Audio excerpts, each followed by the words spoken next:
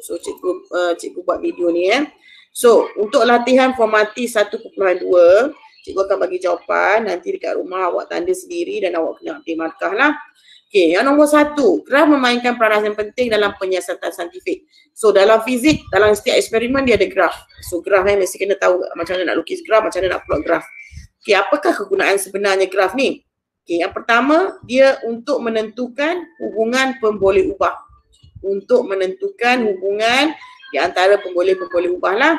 Yang kedua, kepentingan dia adalah, kegunaan dia adalah untuk menganalisis maklumat secara menentukan kecerunan luas di bawah graf, interpolasi dan ekstrapolasi, seterusnya membuat rumusan daripada graf itu tadi. Okey, itu adalah secara teorinya berkaitan dengan graf. So soalan nombor 2 ini adalah soalan pengiraan. So awak kena tahulah macam mana kita nak kira. Okey, kita tengok yang pertama. Darjah 1.13 menunjukkan graf yang dihasilkan dalam satu kajian yang menyiasat hubungan antara isi padu V dengan suhu theta bagi suatu gas berjisim tetap berdasarkan graf yang diberikan. Jawab soalan-soalan berikut. So ini graf dia. Okey, kita tengok apa dia punya kita tengok apa dia punya soalan. Okey, apakah yang berlaku kepada V apabila theta bertambah? Okey, sekarang theta daripada kiri ke kanan, maksudnya theta bertambah. So cerita dekat sini bahawa theta ni tengah bertambah lah sebab dia memang graf tu daripada kiri ke kanan. So kita tengok pula V dia mewakili paksi Y. So daripada kiri, dia daripada bawah ke atas. So bila kita tengok graf ni, paksi X dari kiri ke kanan dia bertambah, paksi Y pun dia akan meningkat. Tengok dia makin meningkat. So itu menunjukkan bahawa apa yang berlaku pada V apabila theta bertambah, V turut bertambah. Maksudnya V pun bertambah ataupun V pun meningkatlah. V pun meningkat. Bila kita tengok graf ni kita kena tahu analisis macam mana. Menunjukkan bahawa V pun meningkat. Okey. So tentukan nilai theta apabila isi padunya sama dengan sifar. Tunjukkan pada graf itu bagaimana anda menentukan nilai theta. Dia suruh cari nilai theta apabila isi padu sifar. So kalau kita tengok sini, isi padu adalah bahagian Y. Sini tak ada bacaan, sini ada 10. Bacaan dia 10. Sini 11, 12, 13, 14, 15. So macam mana kita nak tahu manakah isi padunya sifar?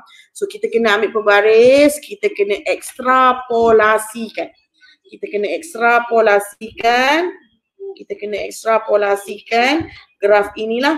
Macam mana kita nak ekstrapolasi, kita ambil kita ambil pembaris, kita kena garis luruskan. So dia akan dapat, cikgu ni tak ada pembaris, dia lebih kurang kat sini lah. Nanti bila awak garis pembaris awak akan dapat dengan tepat, dia lebih kurang dekat sini. So kita akan dapat dalam dekat sini. Kalau awak garis betul-betul awak akan dapat sini. Jawapan dia adalah negatif 250 degree Celsius. Itu jawapan dia. Tapi sebab cikgu tak garis dengan betul, awak guna pembaris ya. Okey. Itu untuk jawapan ni lah, maksudnya negatif 250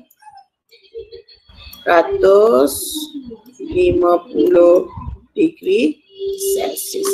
Okey. So yang ketiga. Yang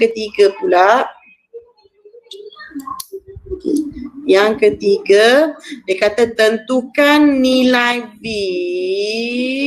apabila theta 300. Tunjukkan pada graf itu bagaimana anda menentukan nilai V. So yang ini pun awak kena ekstrapolasi juga graf awak tu. Awak kena garis, guna pembaris. So awak ambil nilai theta 300 degree Celsius ni, awak naikkan ke atas. Kalau boleh buat garis putus-putus ya. Awak naikkan ke atas. Lepas tu awak bawakan ke paksi Y.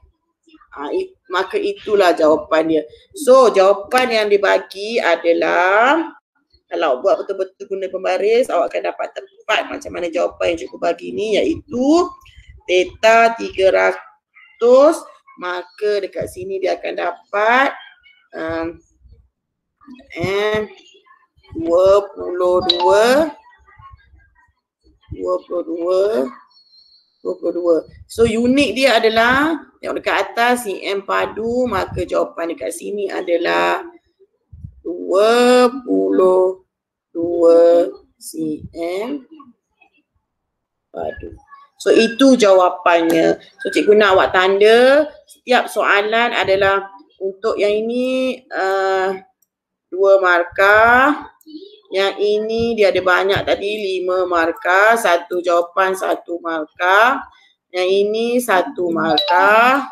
Yang ini pun sebab dia suruh tunjuk pada graf 2 markah, awak tunjuk pada graf 1 markah, jawapan dia bagi 1 markah. Yang ini pun sama 2 markah, awak tunjuk pada graf dapat 1 markah, awak nyatakan jawapan dapat 2 markah.